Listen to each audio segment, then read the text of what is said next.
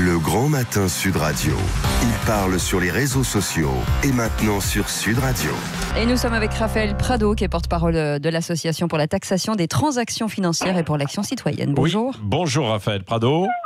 Bonjour. Oui, bonjour. Oh là, on entend une porte qui grince. Un inconnu frappe à votre porte. Oui, absolument. Vous souhaitez revenir sur les dons qui ont été effectués hier, notamment de Pinault à Arnaud pour Bettencourt pour la reconstruction de Notre-Dame de Paris.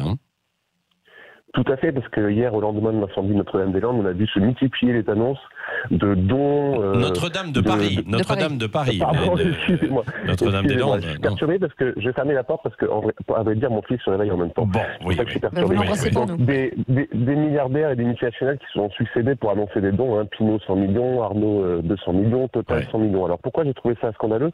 Bon, déjà... Il faut savoir que ces dons ne sont pas vraiment de la générosité des intéressés, puisque ça va donner lieu à une déduction fiscale de 66%. Donc, autrement dit, les contribuables que nous sommes vont payer les 2/3 de ces dons. Et on a vu même Jean-Jacques Aillagon, ancien ministre de la Culture, qui est d'ailleurs un conseiller de François Pinault, proposer dans ce moment d'émotion que ces dons soient défiscalisés à 90%, ce qui voudrait dire qu'en réalité, on aurait donc des millionnaires qui ne donneraient quasiment pas, s'ils donneraient seulement 10%. Enfin, c'est de la déduction, c'est ça. Ils donneraient quand même l'argent, oui. Voilà. Alors c'est d'autant plus choquant que ces grandes familles et ces multinationales comme Total ou LVMH sont impliquées dans différents scandales d'évasion fiscale ces derniers temps, notamment avec les Paradise Papers.